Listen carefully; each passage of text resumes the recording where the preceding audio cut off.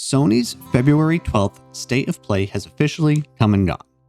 And on paper, it was packed. New trailers, new partnerships, a clearer look at what PlayStation has lined up for the year. On a technical level, it was polished, clean, and professionally presented. But when the showcase ended, I don't know about you, but I didn't feel hyped. I didn't feel disappointed either. I just felt neutral. And that's what stuck with me. Because when you looked at the lineup, there were genuinely solid games here. Some of them looked ambitious, some of them looked fun, and a few of them I'm actually really excited for. So why did the event as a whole feel so flat? Why didn't it have that wow moment? Or why didn't it feel like something shifted? The more I thought about it, the more I realized it wasn't about the quality of the games, it was about how similar so many of them felt. I think this state of play revealed something bigger about where PlayStation is right now. Not a lack of games, not a lack of polish, but a lack of contrast. A lot of what we saw shared similar tones, similar design philosophies, and even similar trailer structures. And to be clear, this isn't about negativity. I actually think consistency can be a strength, but showcases live and die on energy, on momentum, on contrast. And when everything sits in a similar tonal lane, even strong reveals can feel smaller than they actually are. So today, I want to break down the overall feel of the showcase, talk about why it may have blended together the way it did, and then go over the titles that genuinely stood out to me, because there were some. And I don't think I'm the only one who noticed this pattern. From the very first trailer, the tone felt consistent. Cinematic, moody, third-person action, orchestral music swelling in the background. And again, none of that is bad. But when several trailers in a row follow the same emotional rhythm, things start to blur together. We saw lots of dark environments, a lot of serious protagonists, and a lot of slow walks towards danger with dramatic camera pans. Even the way the trailers were edited followed a similar rhythm. Slow build, character close-up, gameplay snippet, big orchestral swell, logo reveal. After the fourth or fifth time, you could almost predict the structure before it even happened. And predictability, especially in the showcase format, dulls excitement. The show wasn't poorly paced, it just never shifted gears.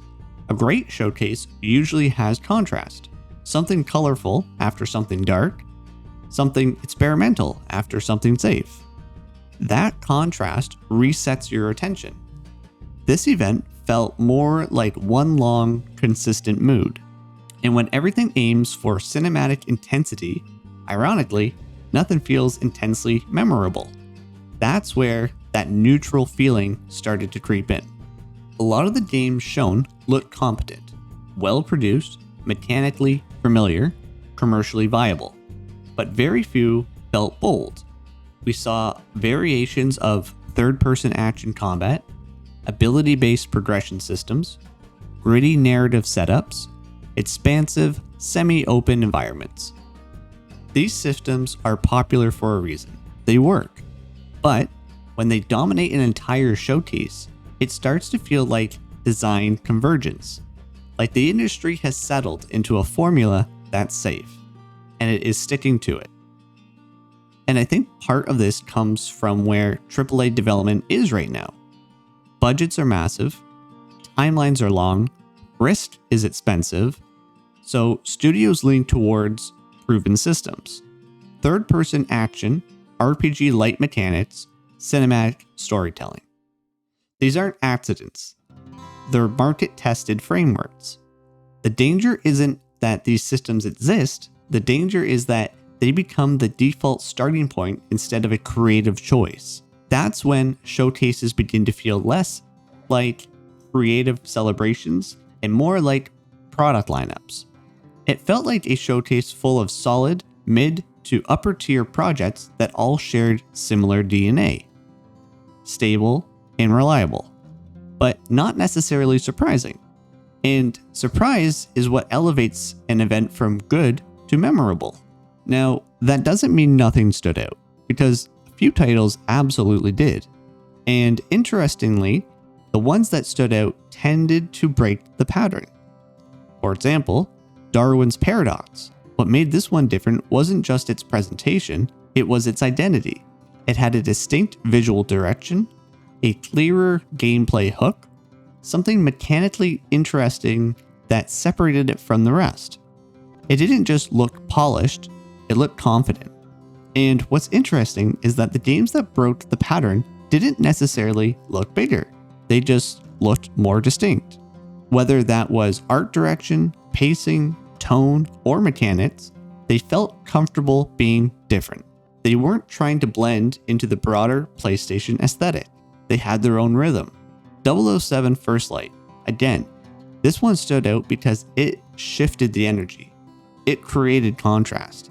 And contrast is what makes moments stick. Because players don't remember checklists of features, they remember how something made them feel during the presentation. The standout games created moments inside the showcase. And that's what I want more of.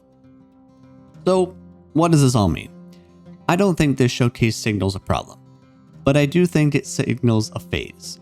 PlayStation feels like it's in a period of consolidation. Strong partnerships, reliable genres, safe commercial bets. And steadiness isn't a flaw, but historically, the most memorable showcase moments came from risk. Bold reveals, from games that felt unexpected. Right now, the strategy feels more measured, more controlled, and maybe that's intentional.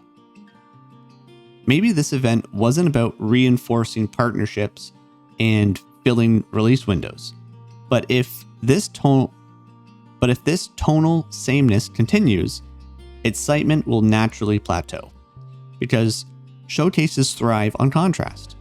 They thrive on surprise. And when every event starts to feel emotionally similar, hype naturally cools. The February 12th State of Play gave us clarity. It gave us a roadmap. It gave us solid, polished titles that will likely review well and sell well. But it didn't give us that defining moment. And maybe that's okay. Maybe this is just a steady year for PlayStation. I'm still looking forward to several of these games, and I'll absolutely be covering the ones that grab me the most. But as an event, this felt more like a status update rather than a statement. And I think this distinction matters. Hopefully the next showcase brings back that sense of surprise, that sense of excitement. Because when PlayStation takes creative swings, when something truly unexpected hits, that's when these events really shine. Okay, that's going to do it for me today, everyone. If you stayed this long, thank you for checking out the video. I hope you enjoyed it, and if you did, consider hitting that like button. If you enjoyed gaming content like this, there is much more on the way, so consider subscribing. If you have any input, or opinions, or feedback, or just want to say hi, drop it down below in the comments. I love reading them. It's always cool talking with you guys. Now, go play something fun, do something rejuvenating for yourself, take care, I'll stop talking now, I'll catch you in the next one. This is Custom by Cody, I'm Cody, and I'm signing off now. Peace out.